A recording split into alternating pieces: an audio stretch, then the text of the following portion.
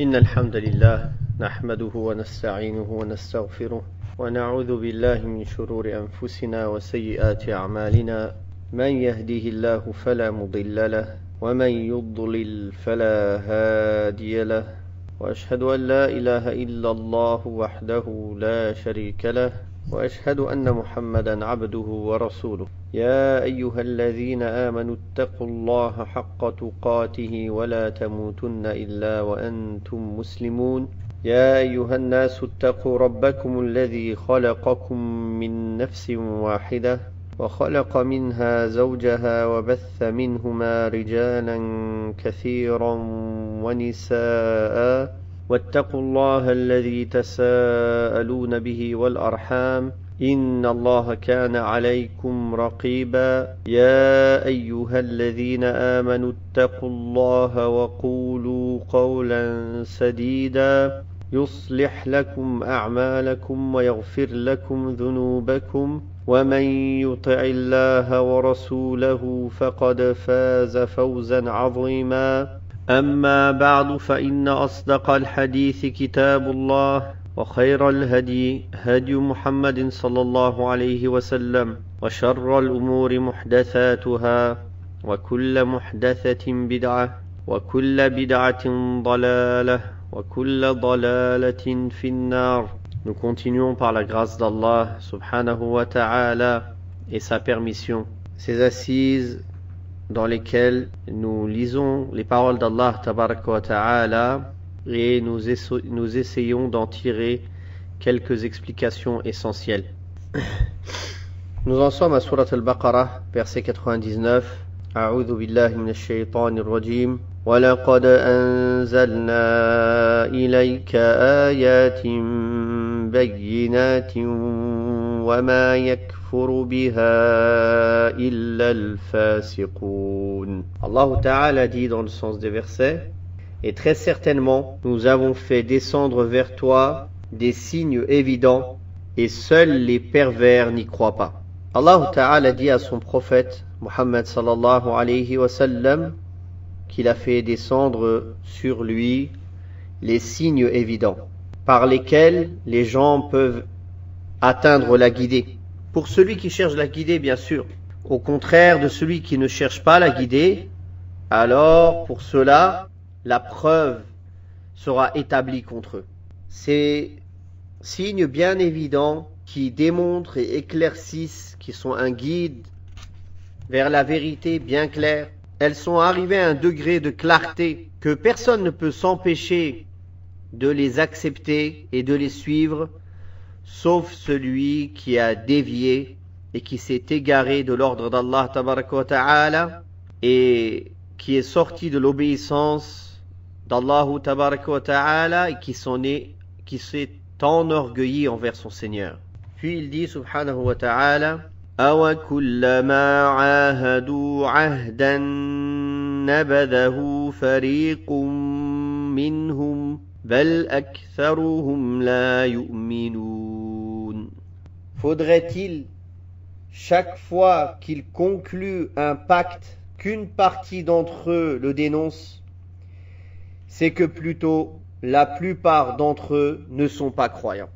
Ici, en vérité, il y a un étonnement du fait qu'ils ont pris beaucoup de pactes, plusieurs engagements, mais qu'ils ne patientent jamais sur le fait de respecter leurs engagements. C'est pour ça Allah Ta'ala dit Awa kullama ahadu ahdan, c'est-à-dire à chaque fois.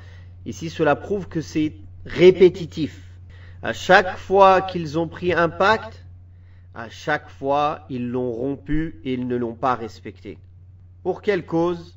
Allah Ta'ala dit: car la plupart d'entre eux ne sont pas croyants. C'est le fait qu'ils n'ont pas cette foi qui les a poussés à ne pas respecter leurs engagements et à rompre les pactes et les engagements qu'ils ont vis-à-vis d'Allah tabaraka wa ta'ala. S'ils avaient une foi véridique, ils auraient été comme Allah tabaraka wa ta'ala dit en parlant des croyants: il y ait des hommes parmi les croyants qui ont été véridiques quant aux engagements qu'ils ont pris vis-à-vis d'Allah. Puis Allah tabaraka wa ta'ala dit: ولما فلما جاءهم رسول من عند الله مصدق لما معهم نبذ فريق من الذين أوتوا الكتاب كتاب الله وراء ظهورهم نبذ فريق من الذين أوتوا الكتاب كتاب الله وراء ظهورهم كأنهم لا يعلمون. Dans le sens des versets, Allah tabaraka wa ta'ala dit: Et quand leur vint d'Allah un messager confirmant ce qu'il y avait déjà avec eux, certains à qui le livre avait été donné jetèrent derrière leur dos le livre d'Allah comme s'ils ne savaient pas. Donc, ici Allah tabaraka wa ta'ala dit quand ce messager, cet honorable messager qui est Muhammad sallallahu alayhi wa sallam, leur est venu, il parle ici donc depuis toute cette partie de Surat al-Baqarah, cela parle des Juifs à l'époque du prophète alayhi salatu wa salam. Donc quand il leur est venu avec ce livre honorable, ce grand livre avec la vérité qui est venu en concordance avec ce qu'ils avaient auprès d'eux comme vérité, et ils prétendaient qu'ils étaient attachés au livre, à leur livre, mais ils ont mécru en ce messager et ils ont mécru en ce avec quoi il est venu comme vérité. Et c'est pour ça Allah tabaraka wa ta'ala a dit: ils ont jeté, une partie d'entre eux a jeté le livre d'Allah derrière leur dos. Une partie de ceux qui ont reçu le livre auparavant ont jeté le livre d'Allah derrière leur dos. Ce livre qui a été descendu, ils s'en sont désintéressés et ils l'ont jeté derrière leur dos. Et ça, c'est une des pires manières de se détourner, car ce n'est pas seulement se détourner. Quand une personne se détourne complètement d'une chose, il la jette derrière son dos. En faisant cela, ils font comme s'ils étaient ignorants, comme s'ils ne savaient pas, alors qu'ils savent très bien, qu'ils connaissent la véracité du prophète Muhammad sallallahu alayhi wa sallam, et ils connaissent qu'il est venu avec la vérité. Donc, on voit que cette partie des gens du livre, il ne reste rien de vérité dans leurs mains, car ils n'ont pas cru en ce messager. Et en rejetant et en étant mécréants de ce avec quoi est venu le prophète sallallahu alayhi wa sallam et au prophète sallallahu alayhi wa sallam, en réalité, ils ont mécru en leur livre, même s'ils ne s'en rendent pas compte. Car dans leur livre, il y avait l'annonce de la venue du prophète sallallahu alayhi wa sallam et de son avènement. Et Allah tabaraka wa ta'ala, par sa sagesse, il a destiné, par sa sagesse divine subhanahu wa ta'ala, que celui qui délaisse ce qui lui est utile et ce dont il pourrait profiter, alors Allah tabaraka wa ta'ala l'éprouve par le fait qu'il soit occupé par ce qui lui nuit. Celui qui délaisse l'adoration du miséricordieux, Allah l'éprouve par l'adoration des idoles. Celui qui délaisse l'amour d'Allah, sa crainte révérentielle et son espoir, il sera éprouvé par l'amour d'autre qu'Allah, par le fait de craindre autre qu'Allah et d'espérer en autre que lui. Celui qui ne dépense pas, qui ne veut pas dépenser de ses biens dans l'obéissance d'Allah, dans les voies de bien, dans le sentier d'Allah, alors il le dépensera en obéissance à Shaitan. Celui qui délaisse le fait de s'avilir et de se rabaisser pour Allah, pour son Seigneur qui l'a créé, alors il sera éprouvé par le fait de se rabaisser et de s'avilir, pour les serviteurs. Et celui qui délaisse la vérité, il sera éprouvé par le faux. Il sera éprouvé par le faux. Puis Allah tabaraka wa ta'ala dit: واتبعوا ما تتلو الشياطين على ملك سليمان وما كفر سليمان ولكن الشياطين كفروا يعلمون الناس السحر وما أنزل على الملكين ببابل هاروت وماروت وما يعلمان من أحد حتى يقولا إنما نحن فتنة فلا تكفر فيتعلمون منهما ما يفرقون به بين المرء وزوجه وما هم بضارين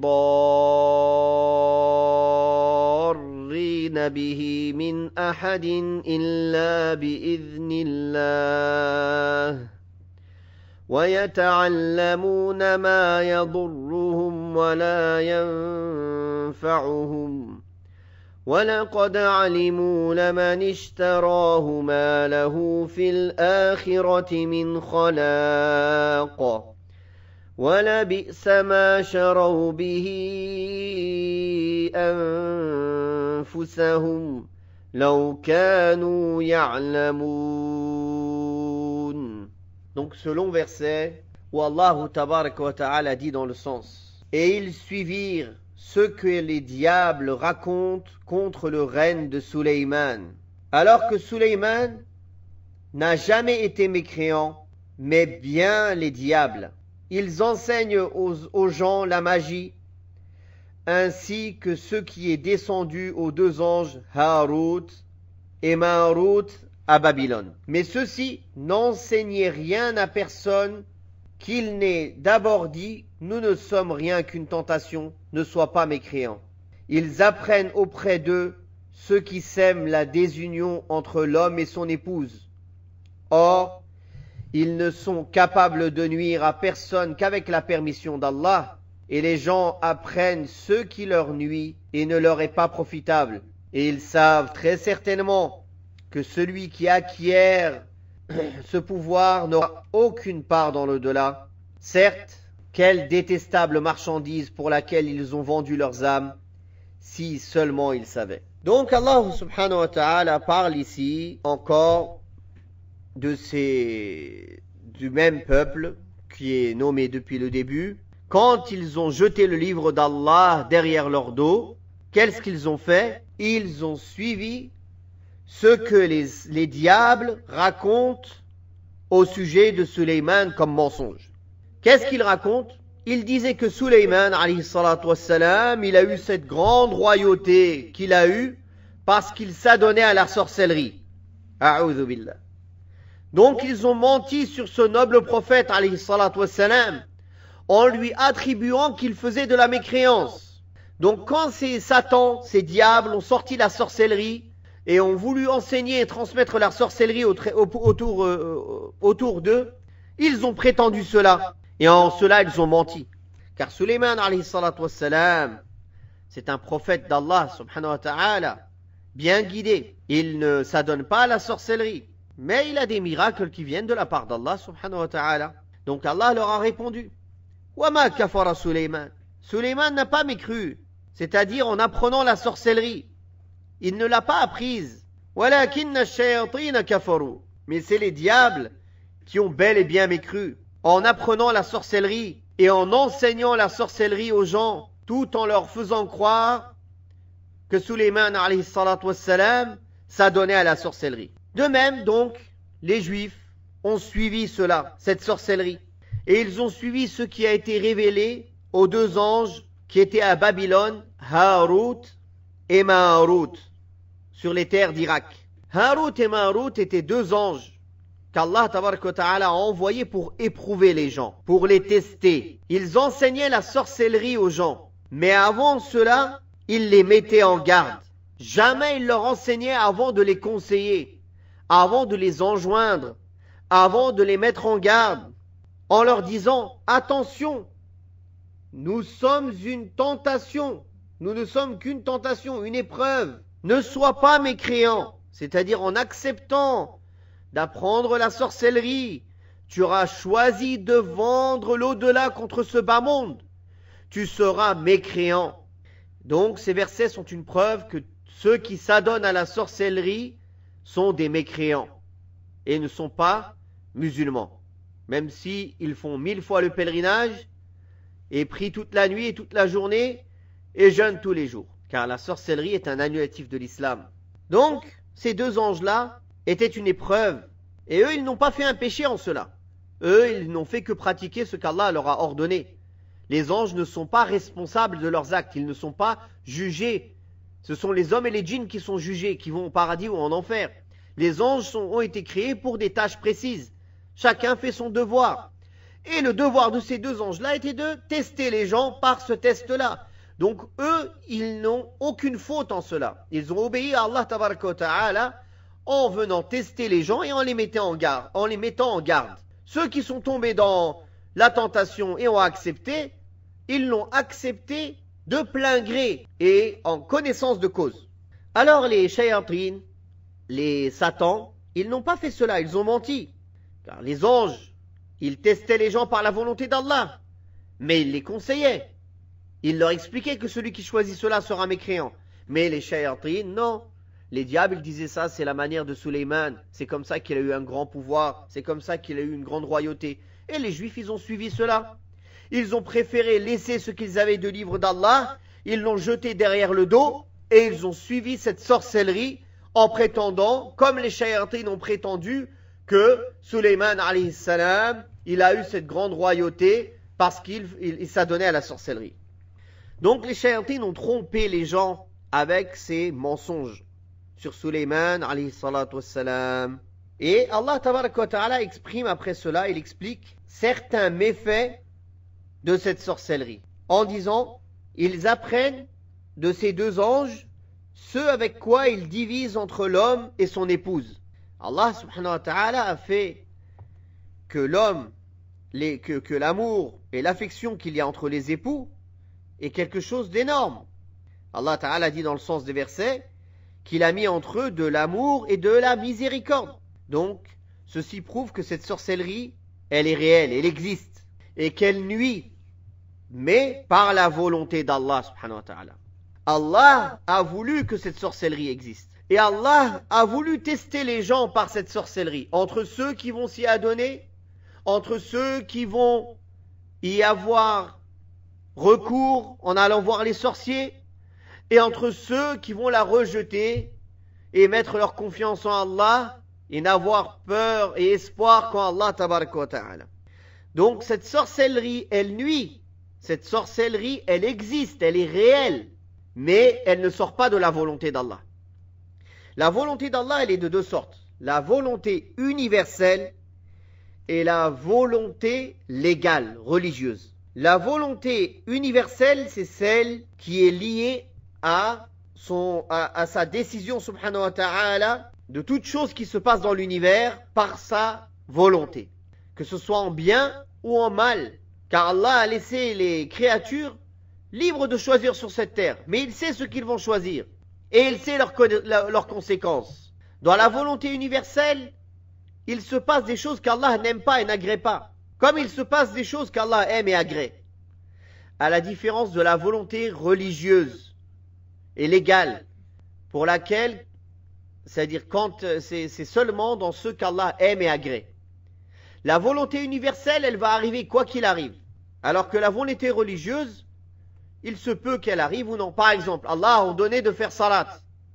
Allah a ordonné à tous les hommes de croire. Mais il y a une partie des hommes qui ne croient pas. Ça fait partie de la volonté religieuse, légale.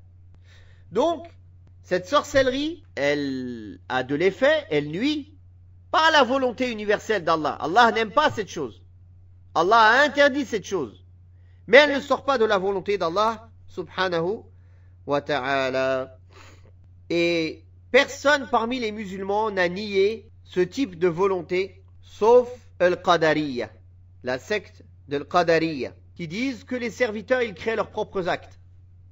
Et en cela, c'est comme s'ils disaient que dans l'univers, il y a d'autres créateurs avec Allah subhanahu wa ta'ala.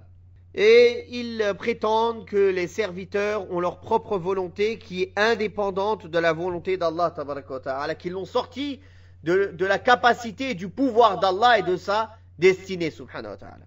En cela, ils ont contredit le Coran, la Sunna et l'unanimité des compagnons et des suiveurs. Puis Allah tabaraka wa ta'ala cite qu'ils apprennent en cela que ce qui leur nuit. C'est-à-dire la sorcellerie est une nuisance absolue, dans laquelle il n'y a aucun intérêt mondain ou de l'au-delà.